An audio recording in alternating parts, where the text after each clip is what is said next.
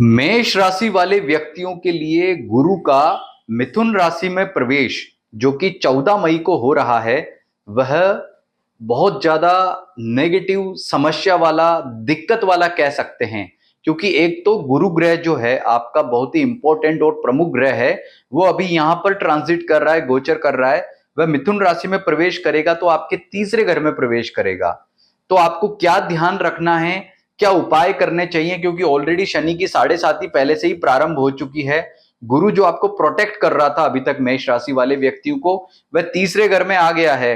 तो समस्या को कैसे बढ़ाएगा, क्या आपको ध्यान रखना चाहिए, क्या उपाय करना चाहिए जिससे आपका आने वाला जो एक वर्ष है वो श्रेष्ठ रहे, इसकी चर्चा इस वीडियो में की जा रही है। तो मेष राशि वाले व्यक्ति इस वीडियो को जरूर देखें, क्योंकि गुरु का राशि परिवर्तन ज्योतिष के गोचर फल में सबसे महत्वपूर्ण माना जाता है। और जो भी आपको इस वीडियो में बताया जाएगा, चाहे प्रेडिक्शंस हो चाहे उपाय हो, उनको फॉलो करेंगे तो निश्चित रूप से आपको लाभ होगा। लेकिन सबसे पहले हमारे चैनल एस्ट्रो सुधाकर पुरोहित को लाइक, सब्सक्राइब या फॉलो जरूर कर लें, ताकि आपको समय समय पर ही राशिफल के, ग्रहों के ट्रांजिट के, ज्योतिष के, वास्तु के ऐसे ही बेस्ट वीडियो हमेशा मिलते रहें। तो मेष राशि वाले मित्रों, वर्तमान में गुरु ग्रह आपके द्वितीय भाव में ट्रांजिट कर रहा है।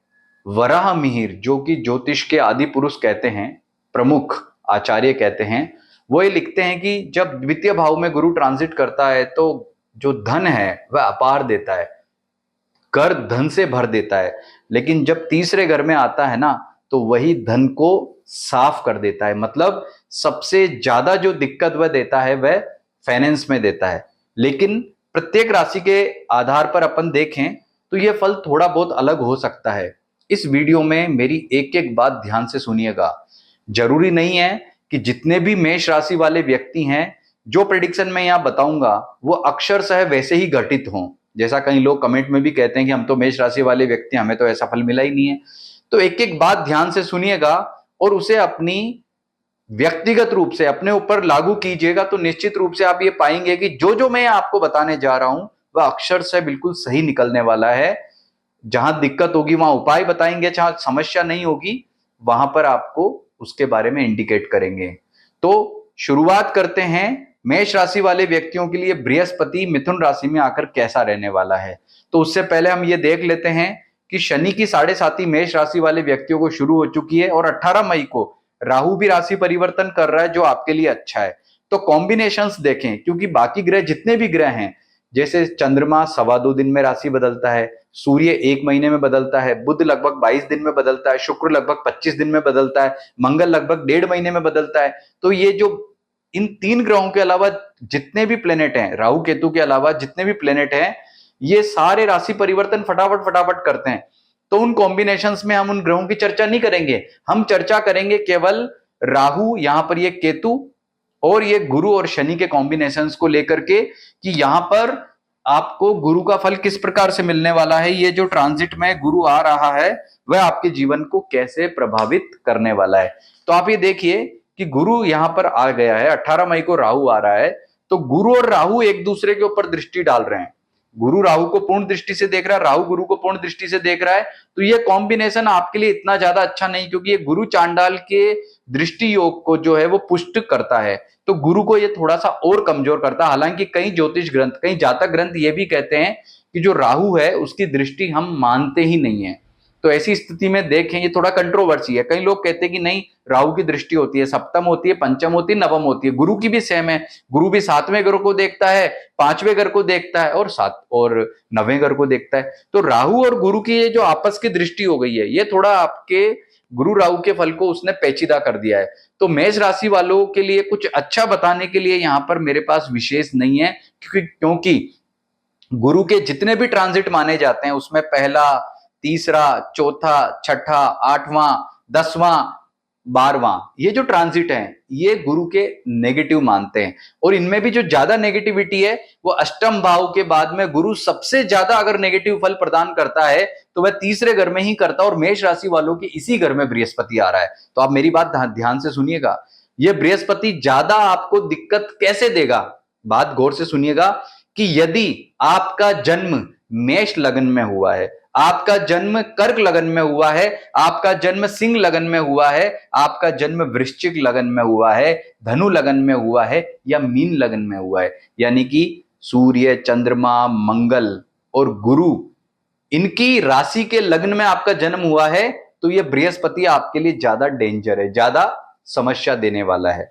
लेकिन आपका जन्म वृषभ लगन में हुआ है, यानी कि शुक्र का लग्न है, तुला या वृषभ में हुआ है, शनि यानी कि मकर या कुंभ में हुआ है, या बुध यानी कि मिथुन या कन्या लगन का जन्म है, तो बृहस्पति आपको इतना ज्यादा यहां पर नुकसान नहीं देगा। यानी कि आपकी मेष राशि तो है, परंतु लग्न क्या क्या है ये जो मैंने यहां बताए हैं इनको गौर से सुनिए, तो आपको ये बृहस्पति इतना ज्यादा दिक्कत या परेशान नहीं करेगा। लेकिन आपका अगर जन्म मंगल के, चंद्रमा के, सूर्य के या गुरु के राशियों में हुआ है तो ये आपके लिए ज्यादा हार्मफुल है, ज्यादा दिक्कत है।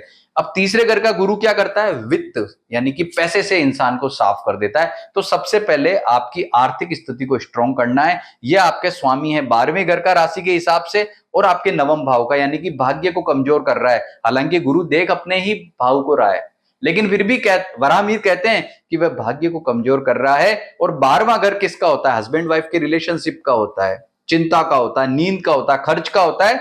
तो खर्च कराता है, धन खर्च कराता है। यानी कि आपके सबसे ज्यादा जो नेगेटिव असर होना है मेष राशि वाले व्यक्तियों के लिए, वो होना है धन पर, खर्च पे। तो आपको क्या करना है? अपने आर्थिक स्थिति को कैसे स्ट्रॉन्ग रखें, इस पर बात करनी है। तो अब उपाय की चर्चा करते हैं। यहां से अपन शुरुआत करते हैं। जो सेक्टर यहां बांटे हुए, नंबर 1 स्वास्थ्य। स्वास्थ्य का यहां पर जो बृहस्पति का इंपैक्ट है वो कोई इतना ज्यादा नेगेटिव नहीं है। मंगल के साथ में जो उसके कॉम्बिनेशंस बनते हैं उसके आधार पर अपन देख सकते हैं कि स्वास्थ्य के मामले में गुरु का फल कैसा है। स्वास्थ्य के मामले में ठीक है, कोई दिक्कत नहीं है। दूसरी बात करते हैं करियर की। करियर के मामले में दिक्कत दे रहा है, फाइनेंस से रिलेटेड दिक्कत देता है। तो नौकरी पैसा वाले लोग हैं, नौकरी चेंज कर रहे हैं, तो उसमें गुरु बाधक बन जाएगा। नौकरी तो परिवर्तित हो जाएगी, धन लाभ नहीं होने देगा। ऐसे ही व्यापार की बात करें, व्यापारियों के लिए भी इन्वेस्टमेंट जो आपने किए उसके लाभ नहीं आने देगा। कुल मिलाकर के समस्या ही समस्या है। तो आपके लिए करियर के पॉइंट ऑफ व्यू से यहां गुरु नेगेटिव है। दूसरी बात करें रिलेशनशिप की बात, रिलेशनशिप के मामले में ये जो आपका ये भाव होता है, मित्र का भाव होता है, बड़े भाई का भाव होता है, ये छोटे भाई का भाव होता है। तो पारिवारिक सुख के मामले में भी भाइयों से विवाद करवा सकता है। सेकंड पॉइंट नोट करें आप कि भाइयों में विवाद हो सकता है, मित्रों में विवाद हो सकता है, मित्र धोखा दे सकते हैं, क्योंकि राहु गुरु की आपस में दृष्टि भी है यहां पर। तो इसको लेकर सावधान रहना। हालांकि गुरु की दृष्टि अमृत तुल्य मानी जाती है, लेकिन आपस का जो गुरु राहु का कॉम्बिनेशन है वह बहुत पेचीदा हो गया है। आगे बात करते हैं आपके वैवाहिक सुख में। तो वैवाहिक सुख के मामले में यहां पर वह आपके सप्तम भाव को देख रहा है, ये अच्छी बात है। विवाह नहीं हुआ है तो विवाह करवाएगा, विवाह की चर्चाएं कराएगा। विवाह के वैवाहिक सुख के मामले में ठीक है, उसकी दृष्टि आपके लिए बहुत ही श्रेष्ठ रहने वाली है, अच्छी रहने वाली है। लेकिन यहाँ पर राहु भी आपके इसी भाव को देख रहा है, तो ये भी पेचीदा है। यानी कि काम होंगे लेकिन अड़ंगा आएगा, दिक्कत आएगी, समस्या आएगी। तो हमें क्या करना है? उपाय। और उपाय क्या करना है कि ये जो गुरु यहाँ आकर के नेगेटिव हो गया इसको पॉजिटिव करना है। आगे का पॉइंट बात करें फाइनेंस में, तो फाइनेंस में तो मैंने बता ही दिया कि सबसे अधिक नुकसान ही वह आपको फाइनेंस में कर रहा है। अगला सेक्टर स्टूडेंट्स है। स्टूडेंट्स के लिए कोई ज्यादा दिक्कत वाली बात नहीं है, गुरु यहाँ पर समस्या नहीं दे रहा है। तो सार के रूप में देखें तो ये सबसे अधिक समस्या देता है आपके भाग्य को, यानी कि भाग्य को कमजोर करता है। तो हमें क्या उपाय करना है? हमें अब अगले जून के महीने में, जब तक 4 जून के आसपास बृहस्पति जो है कर्क राशि में आएगा अपनी उच्च राशि में, तब तक ओम ब्रीम बृहस्पति नमः, ये बृहस्पति का मंत्र है, ये लिख लें आप, नोट कर लें। इसका लगातार मंत्र जप 3 माला प्रतिदिन आपको करना है मेष राशि वाले व्यक्तियों को। दूसरा, गुरु की कारक वस्तुओं का दान करना है, जैसे पीला कपड़ा है, केसर है, चंदन है, गुड़ है, पीतल के बर्तन है, चने की दाल है। ये दान ब्राह्मणों को करना है, क्योंकि गुरु के कारकत्व का जो दान लेने का अधिकार होता है ब्राह्मणों को होता है। भगवान विष्णु जी के, शिव जी के मंदिर में कर सकते हैं, दान देना है। और यदि आपका लग्न मेष है, वृश्चिक है, धनु है, गुरु का लग्न है, मीन है, कर्क लगन है, सिंह लगन है, तो आप पुखराज रत्न भी पहन सकते हैं। और ये सारे उपाय करेंगे तो ये जो बृहस्पति का जो ये नेगेटिव यहां पर आपको फल मिलना है वह नहीं मिलेगा। कोई दिक्कत नहीं होगी, सब चीजें बेहतरीन तरीके से चलती रहेगी। तो जो जो वीडियो में आपको बताया है वह आपको अक्षर से शास्त्र के आधार पर बताया। बृहत संहिता का मैंने यहाँ पर आपको उल्लेख किया है, वराहमिहिर के ग्रंथ का। अन्य ग्रंथों में भी देखेंगे तो गुरु की जो तीसरा भाव का गोचर है वो सब जगह नेगेटिव ही माना है। दूसरा ज्योतिषी क्या बोलता है, कोई अच्छा बोलता है, कोई बुरा बोलता है, उस चीज को भूल जाइए। इस वीडियो में जो आपको एक एक तथ्य बताया वो बिल्कुल सटीक और बिल्कुल शास्त्र के आधार पर है और अक्षर से आपको इसी प्रकार के फल मिलेंगे। और अगर आप ये जानना चाहते हैं कि गुरु मेरे लिए कैसा रहेगा व्यक्तिगत तौर पर, तो हमारा नंबर यहां पर जो नीचे दिया गया है इस पर कॉल करके आप हमसे परामर्श ले सकते हैं व्यक्तिगत, कि आपका आने वाले टाइम में गुरु का फल कैसा रहने वाला है। नमस्कार।